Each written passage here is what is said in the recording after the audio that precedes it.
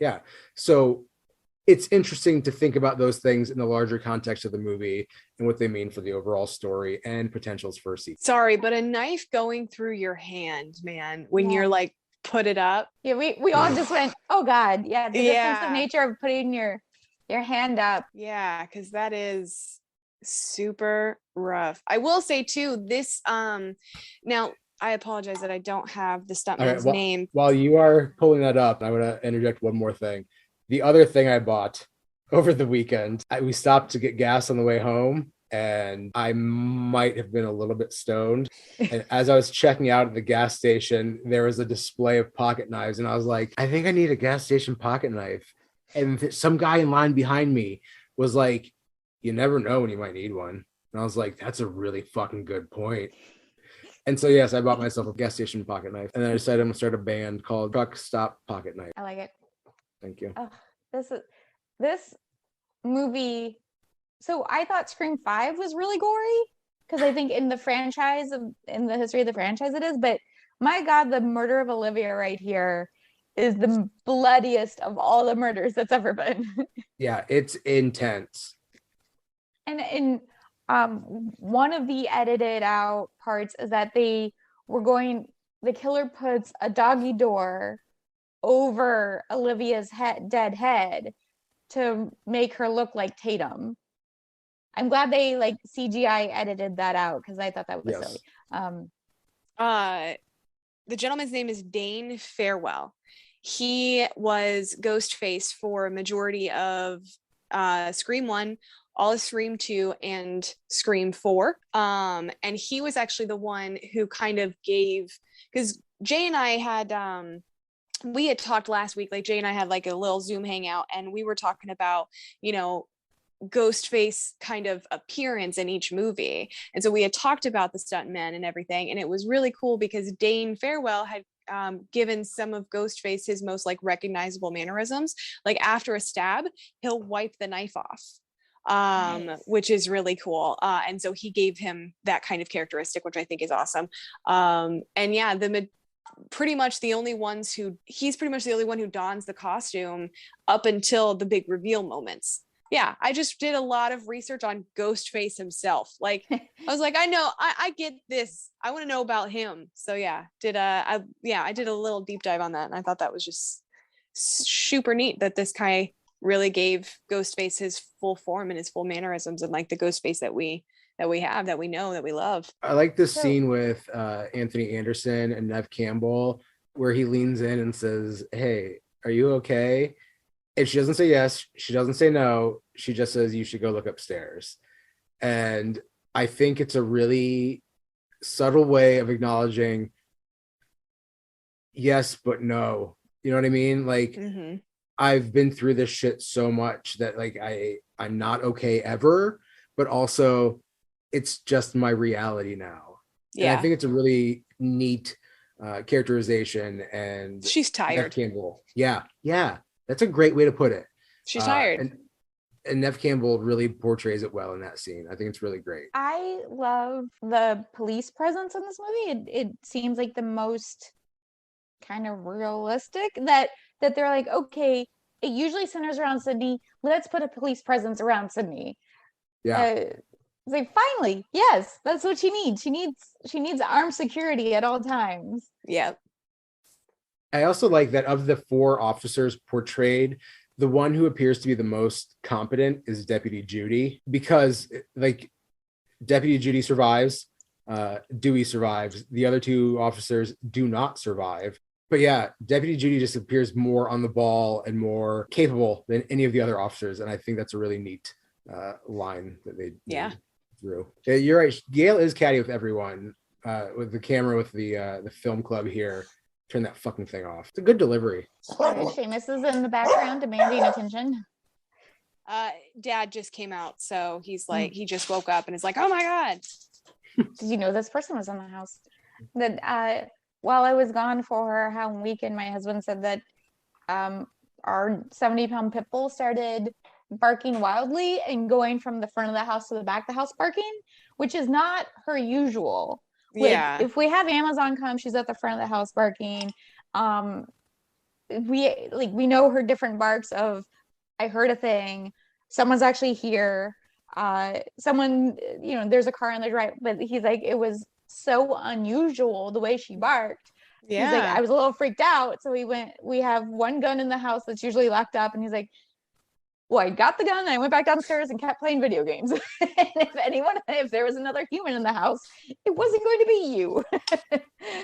Wow.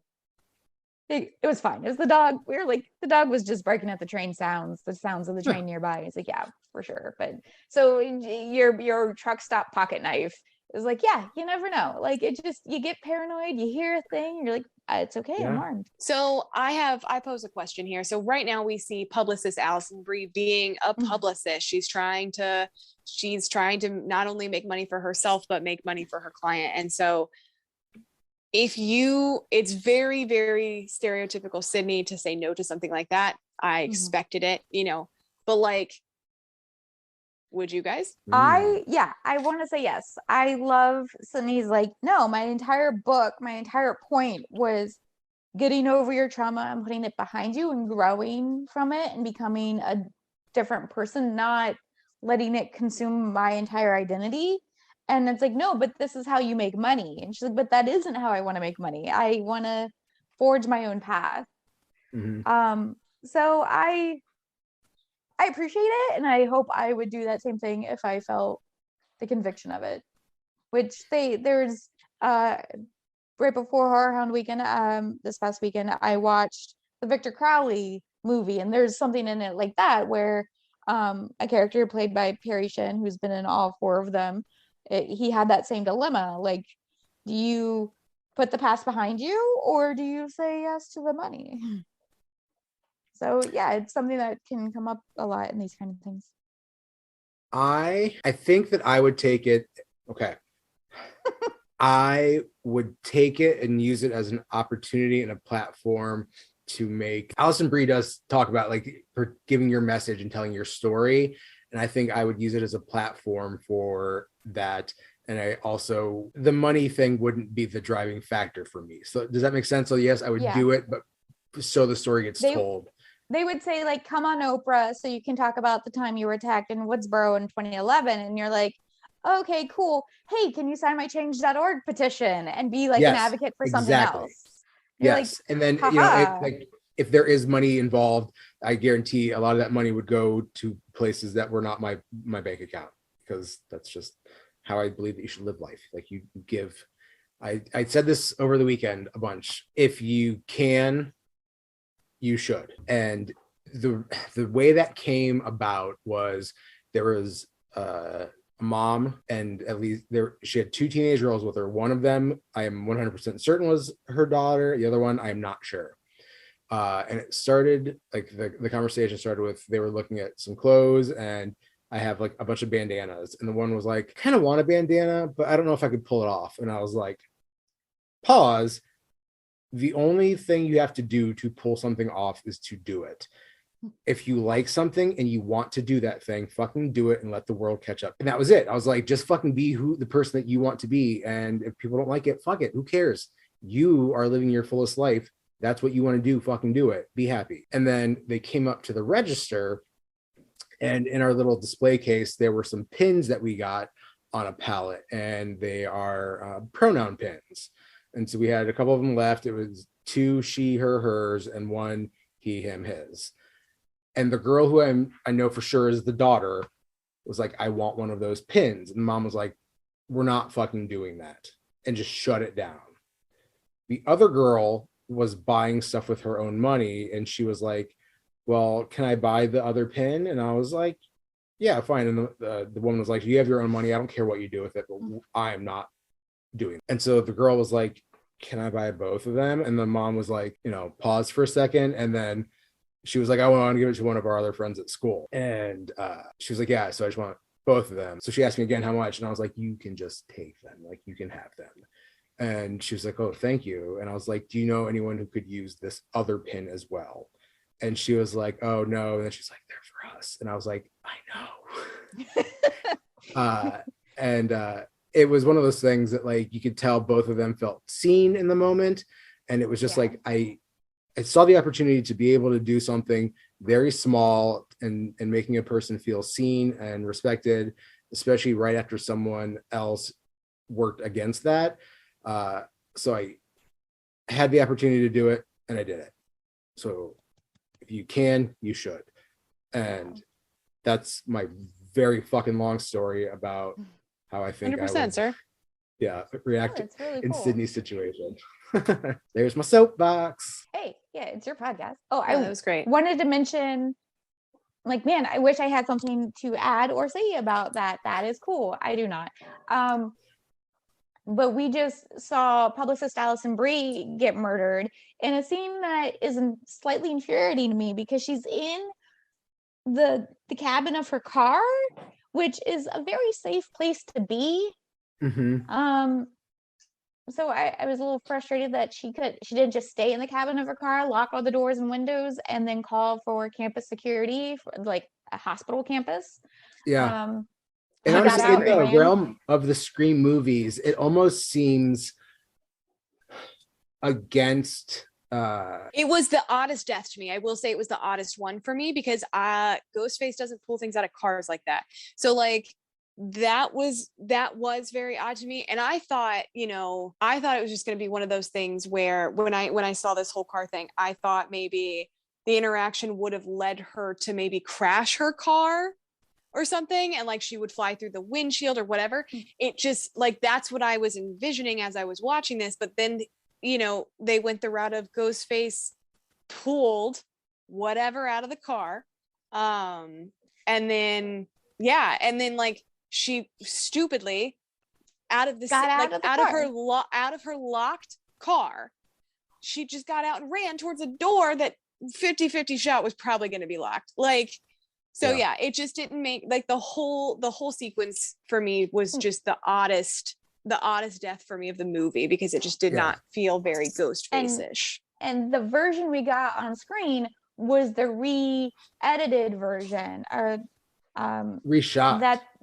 Because there was one that with test audiences said was just funny, was comical because the interaction between Ghostface and publicist Alison Brie was even sillier and more comical and made less sense. So we got the better version when we're like, but you were in a car, which is safety.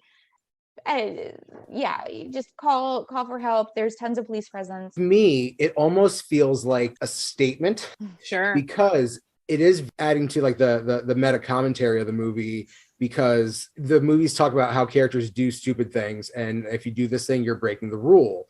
So she does the thing that the characters in this movie would say you are not supposed to do. And she's also an outsider. So and money hungry. And as a sin of like character flaw, she wants money. And then being an outsider in Woodsboro, her death marks you for death.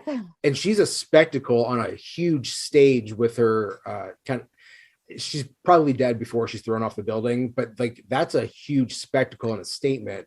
So maybe again, adding to the commentary, here's this outsider in Woodsboro, we're not okay with this, giant fucking death.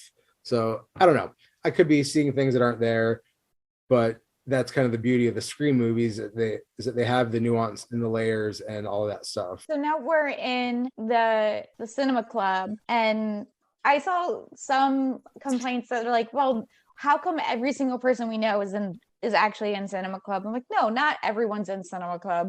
People are there right now because Stab is coming to life. I don't believe Kirby and Trevor are actually give two shits about cinema club, but a lot of the movie references, instead of being spoken or homaged in this movie, come in the form of movie posters. And so in cinema club, you get a ton of them, including The Hills Have Eyes by Wes Craven, right? So you saw how H2 was in there too. Rob Zombie's Halloween 2. Yeah. Oh, Jay, sad face. Jay's got a sad face about that. Yeah. It's fine. It's whatever. Those movies aren't like the cinema disasters that people make them out to be. They're another thing called Halloween with a character called Michael Myers. It doesn't have to impede upon your enjoyment of the original. Yeah. Also, Cinema Club, I like that you pointed out that people are there because Sydney and Gail are there, because I was in a cinema club, and let me tell you,